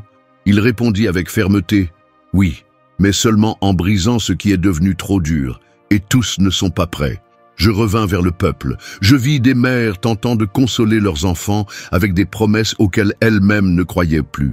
Je vis des chefs enseignant l'espérance sans en avoir. Je vis des hommes priant avec leurs lèvres, mais pas avec leur cœur. « Écoutez, criai-je, le Seigneur veut encore atteindre votre intérieur, mais pour cela, il faut accepter d'être brisé. » Personne ne répondit, mais les regards commencèrent à clignoter différemment, comme si, tout au fond, il restait encore une étincelle. Il promet de vous donner un cœur nouveau, pas de réformer l'ancien, mais de le remplacer par un cœur qui ressent à nouveau, qui pleure, qui se réjouit, qui reconnaît le son de son nom.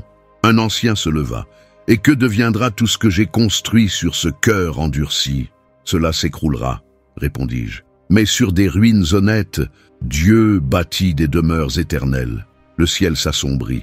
Une autre vision m'envahit.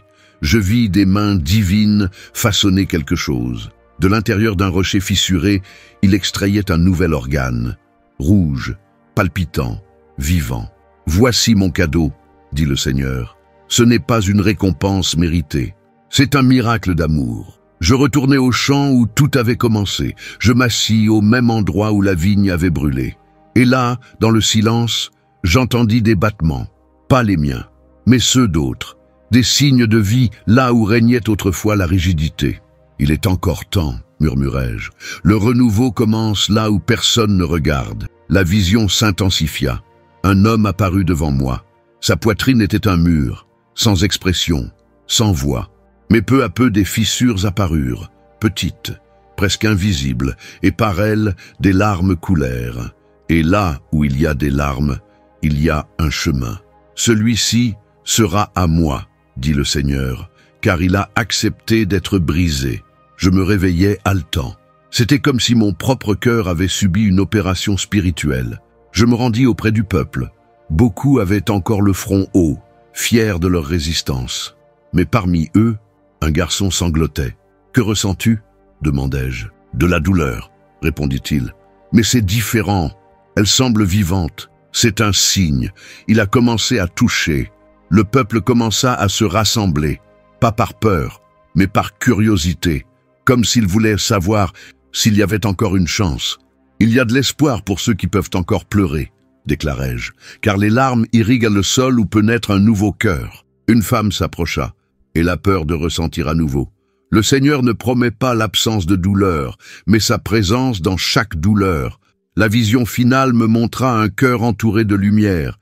Il était petit, fragile, mais battait avec force. Et en son centre, un nom était inscrit « à moi ». Je m'allongeai au sol. Le poids de la révélation était à la fois doux et terrible. « Seigneur, et s'ils refusent, alors ils continueront de vivre avec des cœurs de pierre. Mais ceux qui me laissent faire vivront avec une intensité éternelle. Je fermai les yeux. Le son des battements célestes résonnait encore en moi. Une question flottait parmi les branches calcinées de la mémoire. Elle n'était pas de moi. Elle venait de lui. Mais maintenant, elle m'appartenait aussi. Mais qui acceptera d'être brisé pour enfin vivre? Le premier son que j'entendis ne fut ni une voix, ni un tonnerre. Ce fut le silence. Un silence si lourd qu'il semblait porter la mémoire de générations entières. Et alors, au milieu de rien, il me transporta. « Fils de l'homme », dit la voix qui brisait toujours l'impossible, « ce qui a pourri peut-il revivre ?» Mes yeux ne comprenaient pas, mais mon esprit tremblait. J'étais dans une vallée sèche, stérile, couverte d'ossements, pas un ou deux, des milliers, épars, brisés, mêlés, aucune chair, aucun nom, aucun espoir. « Toi seul le sais, Seigneur », répondis-je avec crainte. « Toi seul sais s'il y a encore vie là où tout est mort. Alors prophétise et dis aux eaux ce qu'ils ont oublié. Que puis-je dire à ceux qui n'ont même pas d'oreilles? Dis, ô ossements desséchés, écoutez la parole du Seigneur. » Et je le dis. Ma voix résonna entre les squelettes, et au son de la prophétie, la terre trembla. Les os commencèrent à bouger, chacun retrouvant son père. Les bras cherchèrent les épaules. Les côtes rejoignaient les colonnes vertébrales. Des crânes roulaient jusqu'à s'emboîter. C'était une danse de reconnexion, comme si la création était en train d'être remontée à l'envers. « Continue », ordonna le Seigneur. « Ce n'est pas encore le moment de s'arrêter. » Soudain, des muscles commencèrent à se former. Tendons, veines, peau. Une armée prenait forme devant moi, mais tous restaient immobiles, les yeux fermés, les poumons vides. « Il ne respire pas encore », murmurai-je. « Alors appelle le vent, dit-il, appelle-le des quatre coins, invoque le souffle de vie et ordonne-lui d'entrer dans ses corps. » Je levai les bras. Vent, esprit, souffle de Dieu, viens du nord, du sud, de l'est et de l'ouest. Envahis cette mort de ton souffle, et il vint. Le vent souffla, d'abord doux puis fort, jusqu'à devenir un ouragan invisible. La vallée se remplit de poussière et de mystère, et alors un son que je n'oublierai jamais. Un soupir, d'abord un, puis un autre. Bientôt des milliers de poumons inspiraient pour la première fois. Les poitrines se soulevaient, les yeux s'ouvraient, les mains se serraient, l'armée était vivante. « Ils sont debout » murmurai-je, « comme une armée en formation. »« Ils sont la maison d'Israël » expliqua le Seigneur. « Ils disaient être perdus, coupés, sans avenir. Mais moi, je suis l'avenir. » Et là où mon souffle arrive, la fin devient un commencement. Je m'agenouillais, la terre tremblait encore, non à cause du poids des eaux, mais de l'impact de la promesse. « Ce qui était poussière marche maintenant », murmurai-je, mais mon âme portait encore des doutes. « Seigneur, et s'ils oublient de respirer? Et si ton souffle est abandonné? Alors ils retourneront dans la vallée, car ce ne sont ni les eaux ni la chair qui soutiennent, c'est le souffle. » La vision s'acheva, mais l'écho resta. Je revins vers le peuple, toujours en exil, toujours abattu, mais désormais porteur du secret du vent. Vous avez dit que vous étiez mort, que Dieu vous avait oublié, que les promesses étaient desséchées, mais il m'a montré les eaux, et il m'a montré le vent. Un vieillard m'interrompit. Et si nous étions déjà trop secs, alors c'est vous qu'il relèvera en premier. Car plus c'est sec, plus glorieux est le miracle. Le peuple se tut. Un enfant s'approcha. Il tendit les mains et demanda « Le vent souffle-t-il encore ?» Je fermai les yeux. Et oui, je le sentis. Une brise légère traversait le champ. Elle ne venait ni du ciel, ni de la terre. Elle venait de l'intérieur. « Il souffle maintenant », répondis-je. Mais seuls ceux qui écoutent avec foi peuvent le ressentir. Ainsi, jour après jour, je commençais à raconter la vallée. Les eaux, le soupir et le souffle. Certains riaient, d'autres pleuraient, mais dans chaque cœur qui écoutait, quelque chose respirait. Une nuit, je me réveillai en sursaut. Le vent avait cessé. Je courus jusqu'au champ. Je regardais autour de moi. Tout était silencieux. Mais ce n'était pas le silence de la vallée, c'était le silence du choix. « Seigneur, ton souffle s'est-il arrêté ?»« Jamais, répondit-il. Mais certains le refusent. Le méprisent, s'habituent à la mort et craignent la vie. Je m'assis au sol, la peur m'envahit. Et si nous redevenions des os? Alors prophétise à nouveau. Tant qu'il y aura une voie disposée, la vallée ne sera jamais la fin. Et je me levai, le cœur rempli de vent, l'âme pleine du son des eaux qui s'unissent, avec la certitude que l'esprit souffle où il veut, mais dépend de qui veut respirer. C'est à ce moment-là que je compris. Le miracle ne se trouvait pas dans les eaux, ni dans le prophète, il était dans le souffle. Mais si le souffle s'arrête, combien de nations retourneront à la poussière? Ils ont ri quand les portes de Jérusalem se sont effondrées.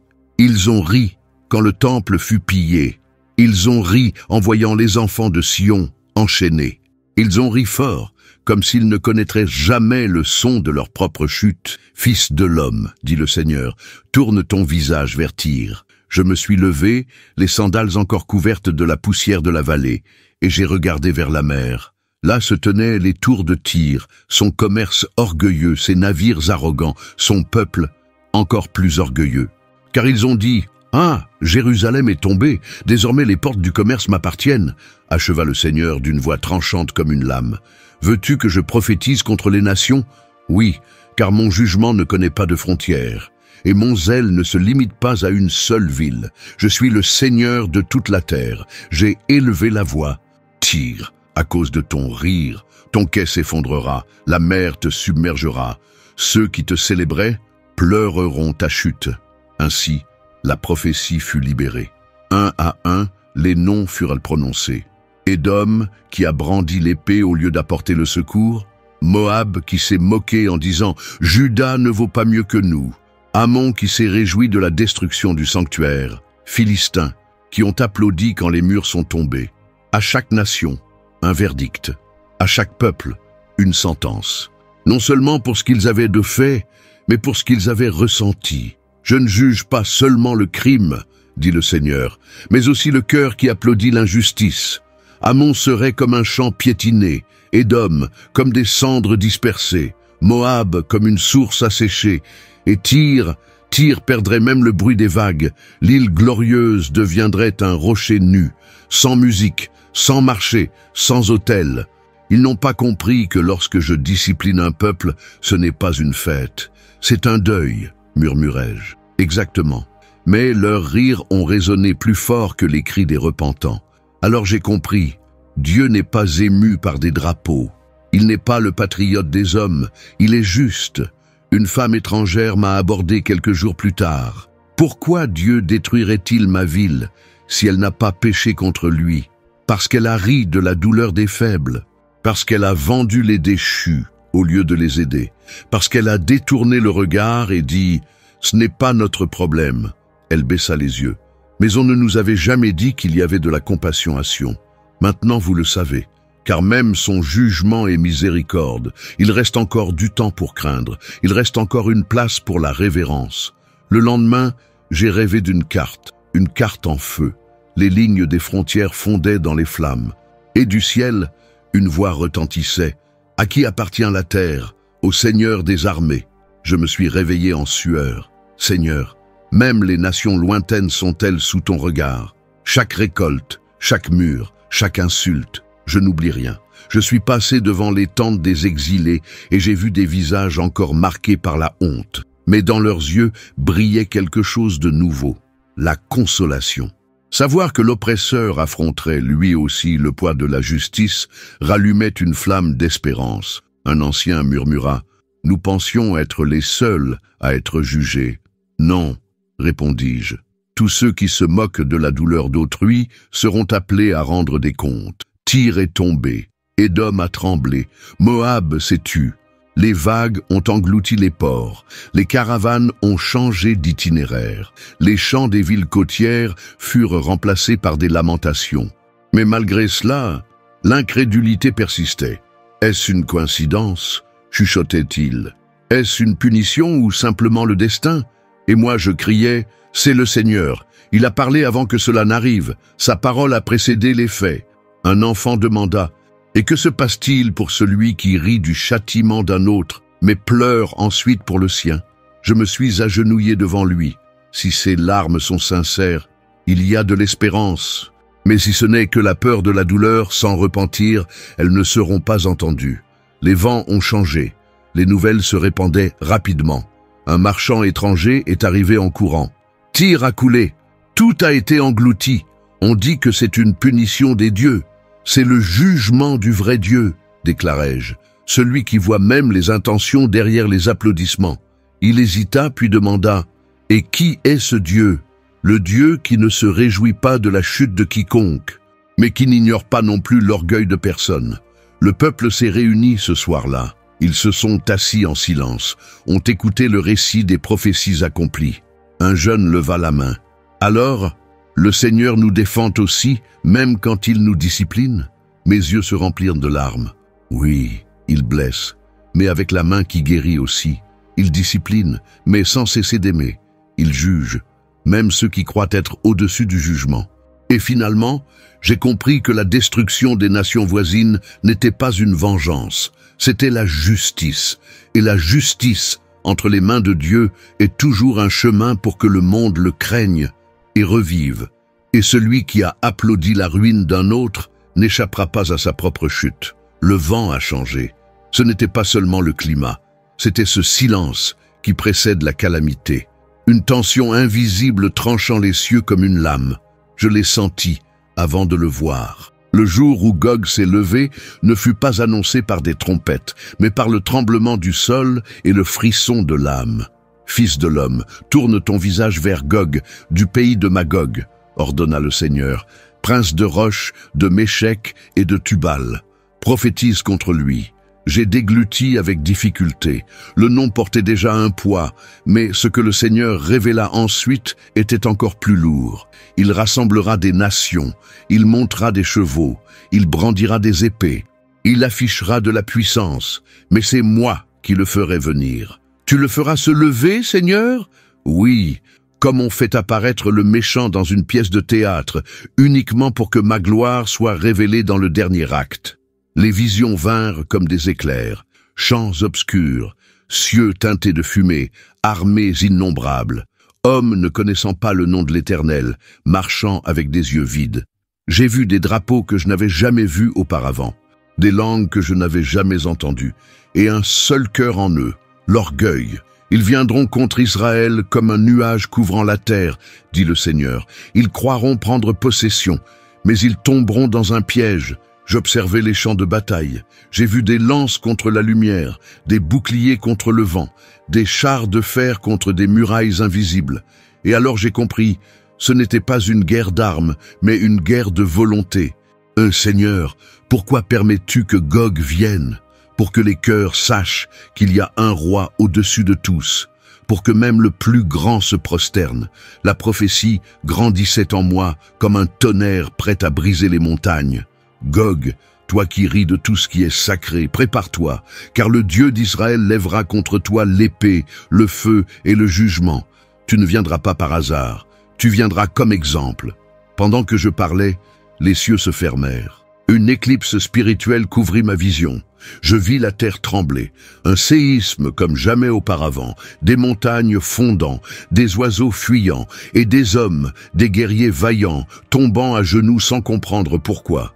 « J'appellerai le feu contre toi, Gog, » déclara le Seigneur, « et contre ceux qui habitent en sécurité dans les îles, afin qu'ils sachent que je suis le Seigneur. » Je tremblais, ma voix faiblissait, mais je ne pouvais me taire, pas maintenant. Les armes de Gog tomberont de ses mains, les chevaux trébucheront, les villes s'écrouleront, l'orgueil se fanera comme une fleur sous la chaleur du désert. Et alors vint le point culminant. Dieu s'est levé, pas avec des paroles douces, mais avec des tonnerres, des éclairs, du jugement. Le sol s'est ouvert sous les pieds de Gog. Ses alliés se sont retournés les uns contre les autres. Une armée sans commandement s'est dissipée en poussière. Une coalition sans racines fut consumée par son propre poids. Et je serai exalté, dit le Seigneur, sanctifié, et je me ferai connaître aux yeux de nombreuses nations. Elles sauront que je suis le Seigneur. L'écho de la gloire parcourut les montagnes. Les rivières changèrent de cours, les oiseaux chantèrent d'un ton nouveau, la création entière sembla expirer de soulagement. « Vois-tu, fils de l'homme » demanda le Seigneur. « Oui, je vois. mais je crains aussi. Cette crainte est le commencement de la sagesse. Je me suis agenouillé, mon âme brûlait. Le jugement tombé sur Gog n'était pas seulement un châtiment, c'était une révélation. C'était la fin de l'illusion. C'était le choc entre l'arrogance de l'homme et la souveraineté divine. Quelques jours plus tard, des corbeaux survolaient les champs, des ossements épars comme des souvenirs, des armures tordues, des boucliers brisés. Mais au milieu de tout, le silence, un silence empreint de révérence. Les nations commencèrent à demander « Qui est ce Dieu qui fait taire les géants? Qui est celui qui transforme les rois en poussière ?» Et les regards se tournèrent vers Sion, non à cause de la force d'Israël, mais à cause de la main invisible qui le protégeait. La même main qui avait frappé, maintenant soutenait. Je suis allé sur les champs où la bataille s'était déroulée. Ici sont tombés ceux qui se moquaient de la promesse, dis-je. Ici se sont inclinés ceux qui disaient « Ne jamais tomber ». Un enfant toucha ma tunique. « Prophète, y a-t-il encore un danger ? Il y en a toujours, quand l'homme oublie qui est le véritable roi. » Et l'enfant murmura « Alors, raconte à tous ce qui s'est passé, pour que nous n'oublions pas. » J'ai pris une profonde inspiration. Oui, je raconterai, car il y a des jours où l'histoire change de direction, et celui-ci en fut un, et à la fin de la guerre, la terre connaîtra le véritable roi. C'était comme si tout ce que j'avais vu jusqu'à présent n'avait été qu'un prélude. Guerre, jugement, larmes, symboles, tout pointait vers ce moment, quand le rideau de l'invisible s'ouvrit et que la présence, oui, celle qui était partie avec tristesse, revint. Et avec elle vint le commencement de toute chose nouvelle. « Fils de l'homme », dit une voix résonnant comme 1000 eaux, « regarde attentivement. Écoute avec le cœur. Ce que je vais te montrer n'est pas seulement un édifice, mais un destin. La vision m'éleva au-dessus des ruines de Babylone. Il n'y avait plus de poussière dans mes yeux, ni de lamentation autour. Devant moi, une immense vallée, et en son centre, le temple. Pas comme l'ancien, pas comme celui qui avait été souillé. Celui-ci était autre, intact, chaque mesure, parfaite, chaque pierre, vivante. « Voici la maison où je résiderai au milieu des fils d'Israël pour toujours, » déclara le Seigneur. Mes yeux ne pouvaient contenir tant de splendeur. C'était comme si la gloire, jadis lointaine, avait pris forme. Il y avait quelque chose en ce lieu qui ne venait pas de la terre. Un poids invisible, mais doux. Une sainteté qui ne blessait pas, mais guérissait. Seigneur, est-ce réel? Plus réel que les murailles écroulées, plus solide que les alliances rompues. Je marchais dans le parvis. Chaque colonne chantait. Chaque porte proclamait une promesse. Et au fond, l'autel. Mais avant que je puisse parler, je perçus quelque chose coulait. Sous l'autel, une source, petite, discrète, une eau limpide s'écoulant entre des pierres sacrées. Le temple restauré n'était pas seulement un refuge, c'était une source. Qu'est-ce que c'est, Seigneur? La vie. Je suivis le courant. L'eau sortait du temple et gagnait en force. À chaque pas, elle devenait plus profonde. D'abord aux chevilles, puis aux genoux, puis à la taille. Jusqu'où ira-t-elle? Jusqu'à ce qu'il n'y ait plus de mort. Le courant se dirigeait vers l'est, en direction du désert. Mais là où il passait, la terre fleurissait. Des arbres poussaient sur les rives, leurs feuilles frémissant sous la brise éternelle. Des fruits apparaissaient hors saison. C'était comme si l'Éden lui-même renaissait. Tout ce que touchera cette eau vivra, affirma la voix. Je m'arrêtai. Devant moi, la mer salée, morte, stérile. Mais l'eau du temple ne recula pas. Elle entra comme une flamme vivante. Et alors, l'impossible, la mer commença à guérir. Même ce qui était irrécupérable se plie-t-il devant la présence? Même l'oublier si la source le touche. Je restai silencieux. C'était trop. Mais il y avait encore plus. Je vis des pêcheurs jeter leurs filets. Je vis des peuples marcher vers la lumière. Je vis des nations reconnaître que de Sion ne venait pas seulement la loi, mais la vie. Le temple n'est pas seulement pour toi, Ézéchiel. Il est pour le monde. Je m'agenouillai. Je touchais la terre près de l'autel. Elle était chaude, vivante, comme si elle battait avec le propre cœur de Dieu. Seigneur, qu'est-ce qui a changé? Je suis revenu et je compris. La gloire qui était partie au début de la vision était maintenant revenue.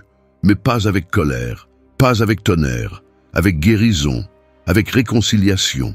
La présence de Dieu n'était plus enfermée entre des murs, elle était dans le courant, dans l'autel, dans les fruits, dans les racines, dans l'invisible devenu visible.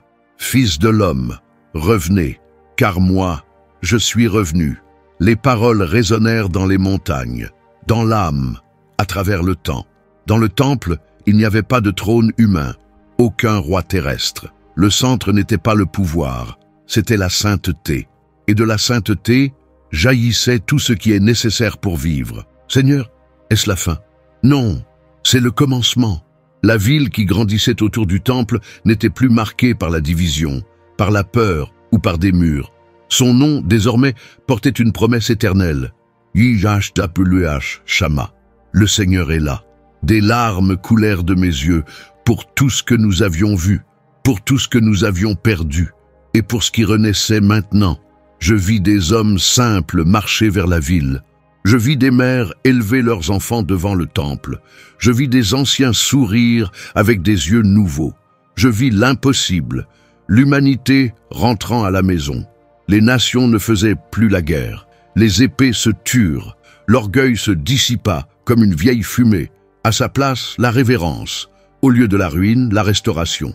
Seigneur, et si nous péchons à nouveau?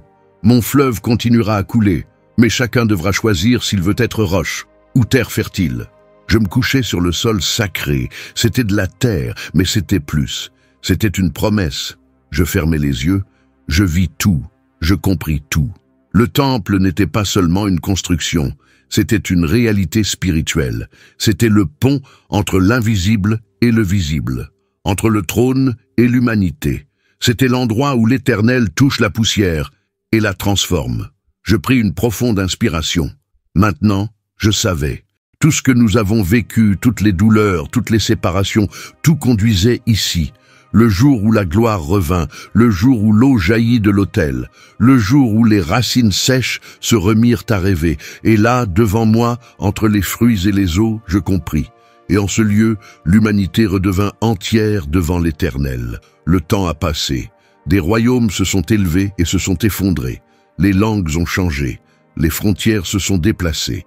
Mais la voix de celui qui a écouté au bord du fleuve Kébar ne s'est jamais tue. Dans la solitude de l'exil, Ézéchiel a vu ce que beaucoup ont refusé de regarder. Ces visions ne sont pas restées prisonnières du désert babylonien. Elles ont traversé les siècles, pénétré les conciles, ébranlé les trônes et réveillé les consciences. Nous parlons encore de lui, dit un maître, des siècles plus tard, car nul n'a vu autant, ni avec une telle clarté. Les chérubins décrits avec des détails mystérieux sont devenus des vitraux. Les eaux qui se sont relevées sont devenues des sermons au cœur des guerres. Le temple d'où jaillissait la vie est devenu espoir pour des multitudes sans patrie.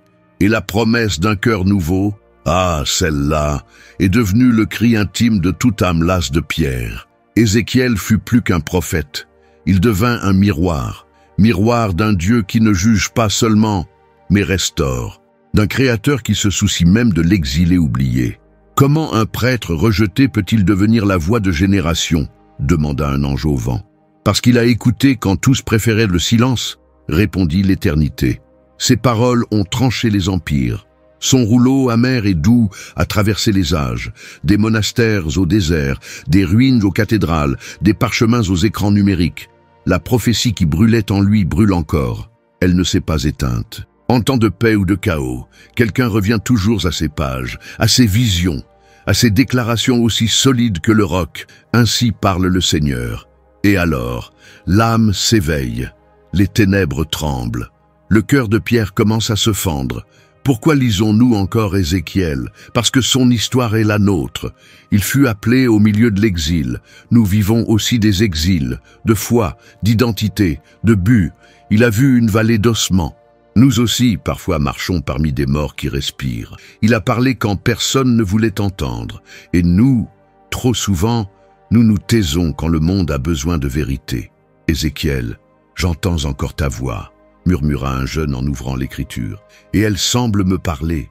Le temple décrit dans sa dernière vision n'est pas seulement une architecture, c'est un désir. Le fleuve qui jaillit de l'autel n'est pas qu'un symbole, c'est un besoin. La gloire qui revient n'est pas une métaphore, c'est une promesse. Dans les entrailles de l'histoire humaine, ces paroles se sont liées à de plus grandes prophéties. Son nom fut cité par d'autres prophètes. Ses images furent reprises par des apôtres. Ses visions ont inspiré des pèlerins. Sa douleur a consolé des martyrs. Son espérance fut une lampe pour ceux qui attendent la rédemption. Et aujourd'hui encore, dans des chambres sombres, dans des prisons de l'âme, dans des déserts urbains, certains rêvent d'un cœur nouveau, d'une nouvelle présence, d'eau qui purifie, guérisse, restaure, car ce qu'Ézéchiel a vu n'est pas terminé. La gloire qui est partie reviendra.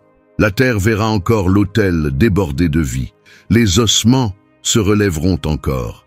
Et le cœur de chair sera donné à ceux qui, même au milieu des ruines, osent croire. Peut-être que tu lis ceci en te sentant aussi sec que cette vigne, ou aussi brisé que les cheveux coupés du prêtre, ou sourd depuis si longtemps que tu ne crois plus au souffle. Mais sache-le, l'histoire est encore en train de s'accomplir. Le même Dieu qui est apparu dans le ciel d'Ézéchiel parle encore, il appelle encore, il transforme encore les prophéties en réalité, il visite encore les vallées, il façonne encore les cœurs, il souffle encore sur la poussière. Peut-être que tout ce qu'il attend, c'est que quelqu'un écoute. « Seigneur, j'écoute », murmura une jeune fille devant le texte sacré. « Parle encore, parle-moi. » Et il parla, et elle fut transformée, comme Ézéchiel, comme des milliers avant elle, comme toi maintenant. Car les vraies prophéties ne vieillissent pas, elles attendent seulement des oreilles disponibles. Et même si le monde se lasse de la vérité, même si les religions s'endurcissent, même si le temps tente d'effacer, la parole demeure. Les visions de ce jeune homme au bord du Kébar continuent de résonner à travers les siècles. Et un jour, quand on s'y attendra le moins, quand les yeux du monde seront fatigués des illusions, quelqu'un rouvrira ce livre, pointera les mots brûlés sur le parchemin et dira « Il a vu cela, bien avant nous tous, et nous comprendrons. » Car Ézéchiel n'a pas seulement parlé de ce qui fut, il a annoncé ce qui allait venir, et ce qui viendra encore, parce que l'histoire de l'humanité change toujours quand quelqu'un ose écouter la voix de Dieu. Si cette histoire a touché votre cœur, 2 autres vidéos apparaîtront à l'écran avec des personnages bibliques ayant également vécu des rencontres transformatrices avec Dieu. Cliquez, abonnez-vous à la chaîne et laissez un like. Que le Dieu qui a restauré des ossements desséchés et donné un nouveau cœur à Israël vous parle aussi, car parfois la plus grande révélation vient après le silence.